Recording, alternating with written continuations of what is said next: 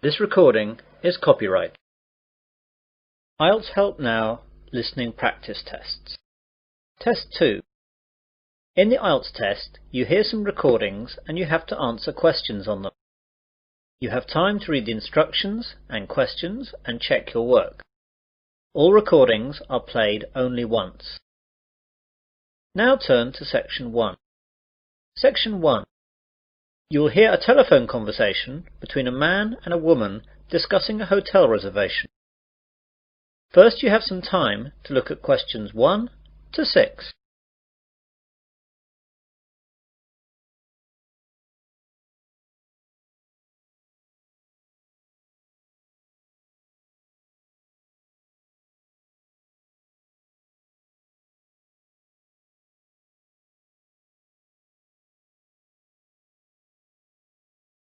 You will see that there is an example. This time only, the conversation relating to this will be played first. Sunrise Hotel. Good morning. Barbara speaking. Hello, my name is John Griffin. I'd like to make a booking for tonight, please. Are there any rooms still available? Yes, there are a few left. What were you wanting? Well, I'm on a business trip, so I only need a single room. Mr. Griffin is on a business trip, so B is the correct answer. Now we begin. You should answer the questions as you listen, as the recording is not played twice. Listen carefully to the conversation and answer questions 1 to 6. Sunrise Hotel. Good morning. Barbara speaking. Hello, my name is John Griffin. I'd like to make a booking for tonight, please. Are there any rooms still available? Yes, there are a few left. What were you wanting? Well, I'm on a business trip, so I only need a single room. I don't think that will be a problem. Let's look. Yes, there's one single room left. Shall I book it for you? Yes, please. That would be great. Right then, let me get a pen. So what's your name again, please? John Griffin. That's JOHN GRIFFIN.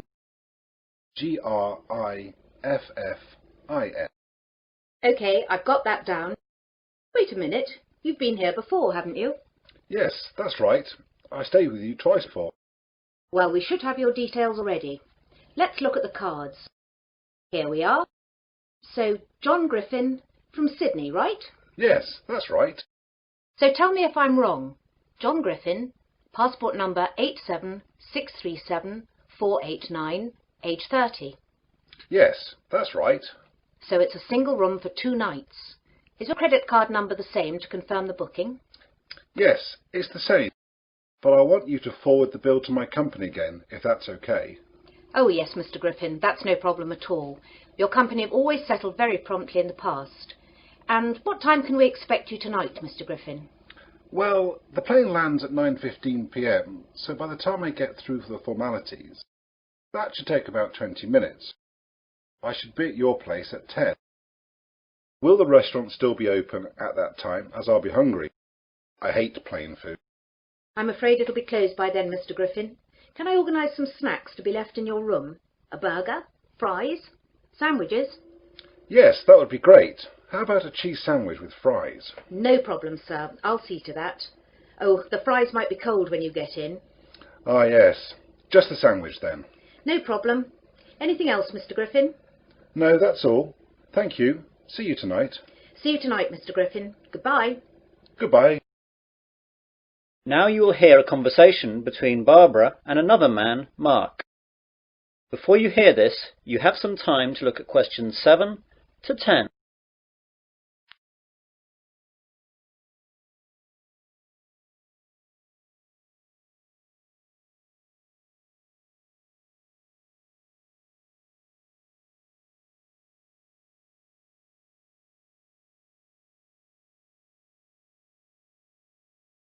Now listen carefully and answer questions 7 to 10. Oh, Mark, that was Mr. Griffin. You know that nice man from Sydney who's been here a couple of times before? He's booked a single room for 2 nights from tonight. Oh, good. Wait a moment. Which room have you put him in? I put him in number 22. Is that okay? I think so. Let me just check. Oh, blast. There was a booking earlier this morning. All the singles are now gone. Oh dear, I'm so sorry. I didn't realise. Don't worry, it's not a problem. We'll stick him in number 34. It's a double room, but it shouldn't matter. What about the price? The double is $150 a night, and he's going to be expecting $100 a night for the single. Well, we don't want to upset him. We want him to come back. Make a note that we'll give him the single rate and that he's got a free upgrade. I'm so sorry, Mark. I should have let him know that there weren't any singles left. No, it's not your fault. I took the booking earlier, but the computers were down. I should have made a note of the booking so that everyone knew. It's my fault. Mr. Griffin has ordered a cheese sandwich to be left in his room too, as the restaurant will be closed when he gets in. That's no problem. Just leave a message for my wife in the order book there. She'll make sure that it's prepared by the kitchen staff, and then room service can take it to his room just before he arrives. How much shall I charge him for the sandwich? What is it again? Ah, yes, cheese. Well, beef and chicken are both $10, and salad is $8. Just make it $9. That should be okay. OK. Thanks, Mark. That is the end of section 1. You will now have half a minute to check your answers.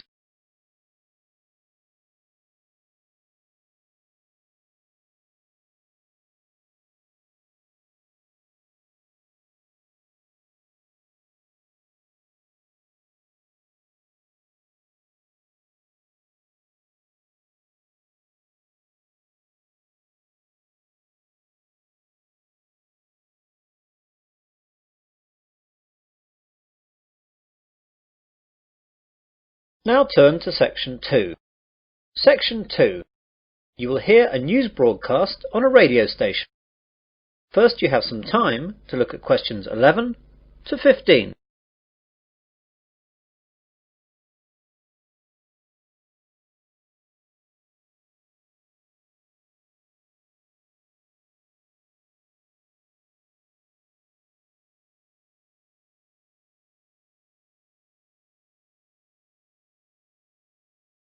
Now listen carefully to the news broadcast and answer questions 11 to 15. Good morning and welcome to 2RC, your local radio news service for the Wesley area. And here are your headlines for this morning. More news from the police into the jewellery robbery that occurred last Tuesday in the centre of town. Comtech, the local computer hardware manufacturer, has announced that it must cut 40 jobs. New routes open up at the Wesley International Airport. Plans for the redevelopment of the Oakley Woods have been shelved.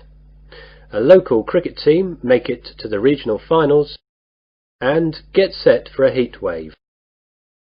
First of all, police have released 2 descriptions for the 2 men wanted in connection with the robbery at the local jewellery store Nichols in the centre of town last Tuesday. At 9 a.m, just when the store was opening, 2 men burst through the door and demanded bags to be filled up with jewellery. Although the 2 men were armed with baseball bats, the shopkeepers bravely attacked them and beat them off. Although the 2 men had motorcycle helmets on, these were knocked off during the scuffle, and the shopkeepers were able to get a good look at them. The first man is said to be about 6 foot in height, slight build, dark hair and a small moustache. He was wearing blue jeans, a white t-shirt and a black leather jacket. The second man is much shorter, around 5'8", with a fat build and red hair and clean shaven. He was wearing a dark blue sweater and black jeans. They are both probably in their early 20s. The police hope to issue photo-fit pictures later today. The public are urged to call Wesley Police if they think they recognise either of the 2 men. You now have some time to look at questions 16 to 20.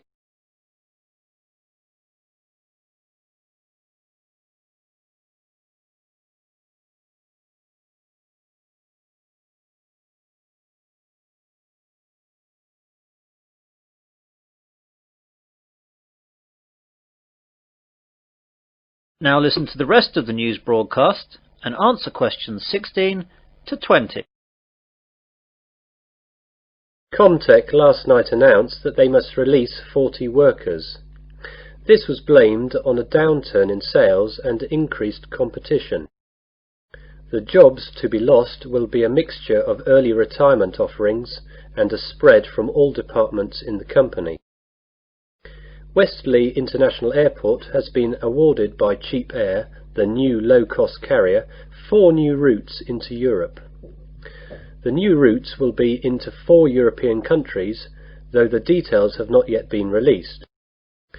When the deals have been finalised, this will lead to a significant number of jobs.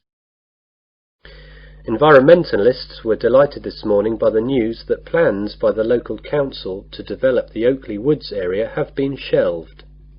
The woods were to have been developed into a shopping area, but opposition from local residents and local environmental groups has led to a turnaround by the local council, and they will now look for an alternative site. Westley Green, a local pressure group, says they are ecstatic that the council has bowed to the wishes of people in the area. Mr. George Finchley, Mayor of Westley, made the announcement and said that the committee responsible took all available information into account before taking the decision, and he hopes that Westley residents are happy that the local council are sensitive to their wishes when making decisions. East Moors CC, a local league cricket club, has made it to the finals of the Sunday League knockout cricket competition. They will play the final at home on Sunday 30th of August against Newbury CC. Go along and support if you're around that day, as you'll be assured a great Sunday afternoon sport. And finally, get set for a heatwave for the remainder of the month of August. Weather experts have assured us that we will have 3 weeks of unbroken sunshine till the end of the month. Great news, but those of us who are experienced with the British weather will most likely greet this news with, "Let's wait and see." That is the end of section 2. You'll now have half a minute to check your answers.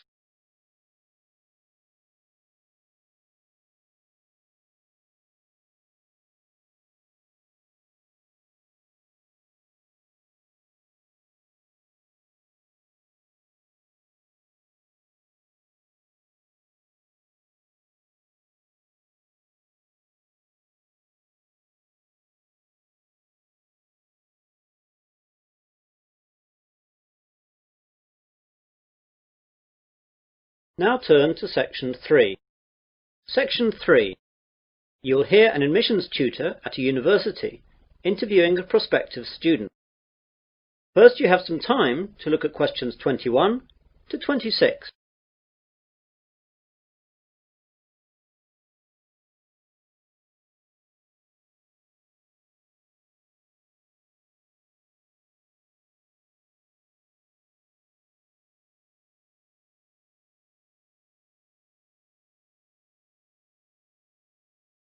Now listen carefully and answer questions 21 to 26.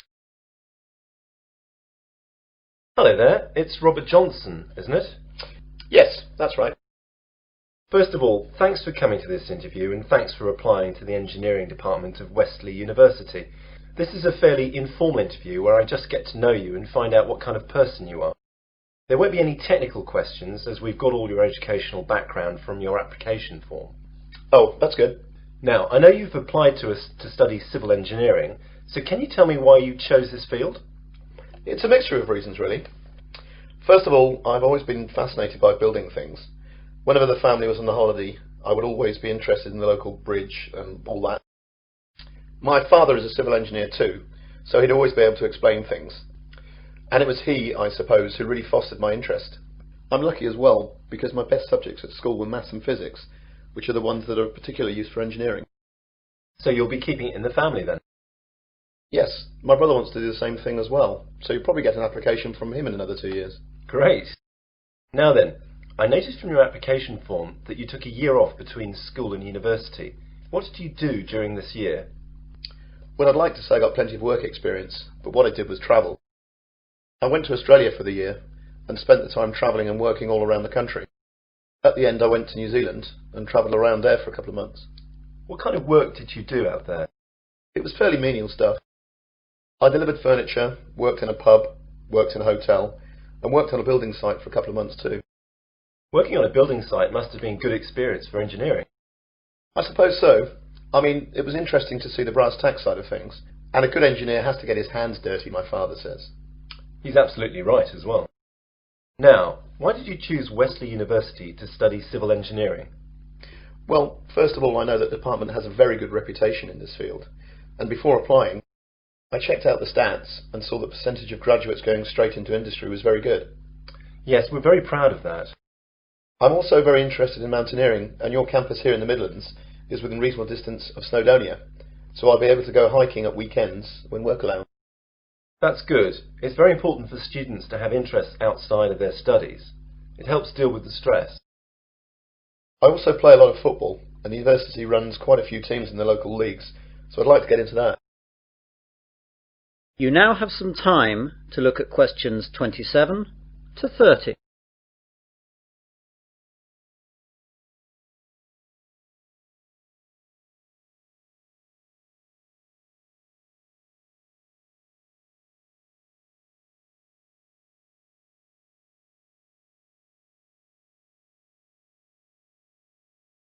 Now listen to the rest of the interview and answer questions 27 to 30. Is there anything you'd like to ask me about the course? Yes, the information in the prospectus wasn't very clear about assessment. How will I be assessed over the 4 years of the course? Well, as it's a sandwich course, you'll be working in industry for the third year, and there won't be any exams for that year. In the first year, you'll have exams at the end of May. You'll probably have 5 papers to sit then. The second year is identical to the first year. You have to pass the exams in these years, but they won't actually be part of your degree. In the fourth year, you'll have to write a dissertation of a minimum of 15,000 words, and most people use their time in the third year, when they're working, to use as a basis for their dissertation. So the third year can be spent doing the hard work for the dissertation, leaving the fourth year to polish it and study for your finals. What will I have to do for the finals? There will be 8 papers in all during June, and these will be based on work done throughout the entire course. It's hard and a stressful time, but students usually cope with it. Anything else? Yes, I'd like to ask. That is the end of section 3. You will now have half a minute to check your answers.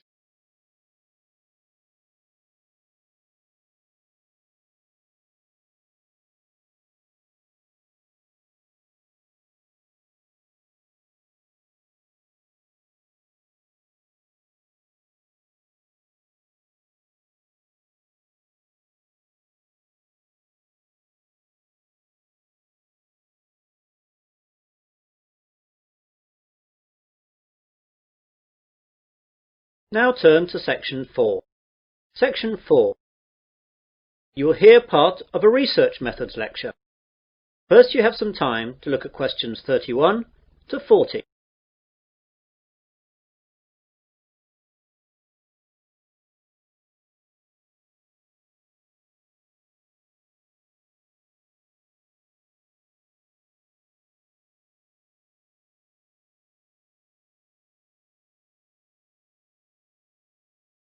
Now listen carefully and answer questions 31 to 40. Good afternoon, ladies and gentlemen. Welcome to this auxiliary lecture on research methods. This lecture is not aimed specifically at one particular course, but is a general lecture that will be relevant to any student who must conduct research into a topic for his or her course.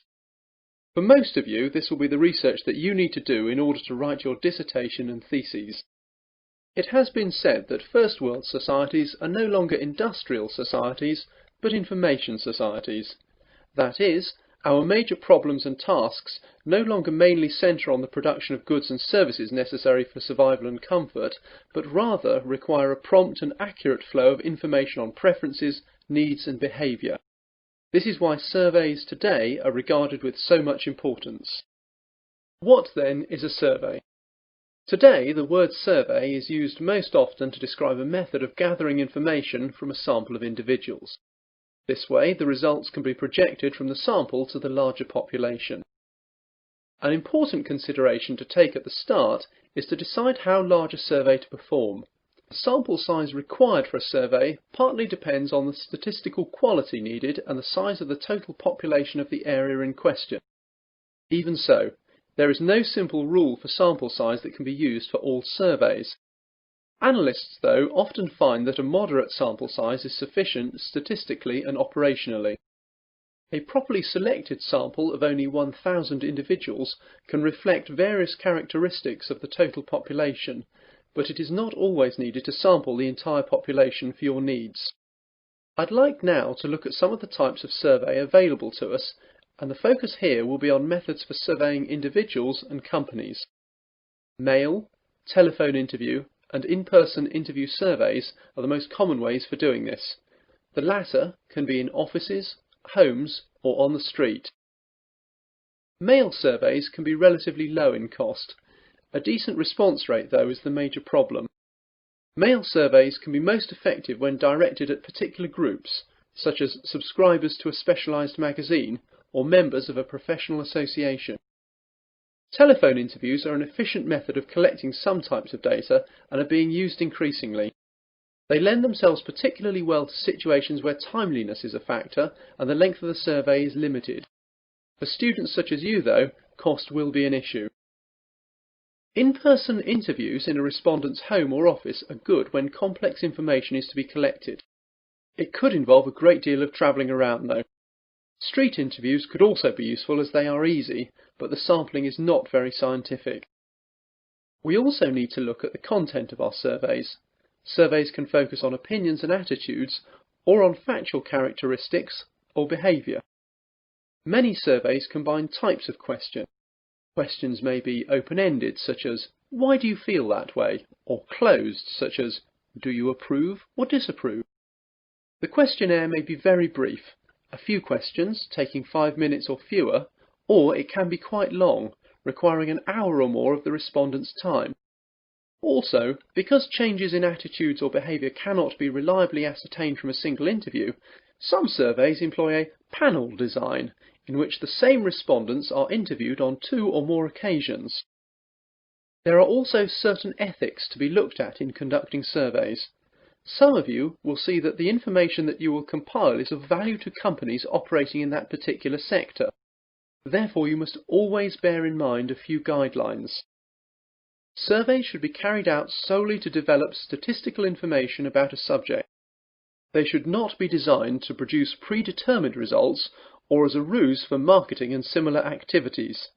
The industry standard for all reputable survey organisations is that individual respondents should never be identified in reporting survey findings. All of the survey's results should be presented in completely anonymous summaries, such as statistical tables and charts. That is the end of section 4. You will now have half a minute to check your answers.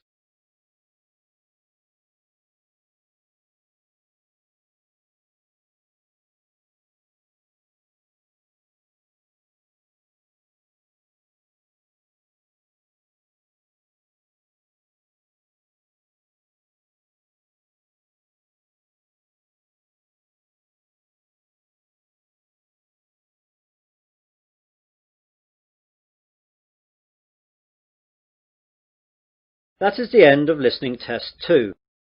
In the IELTS test, you would now have 10 minutes to transfer your answers to the listening answer sheet.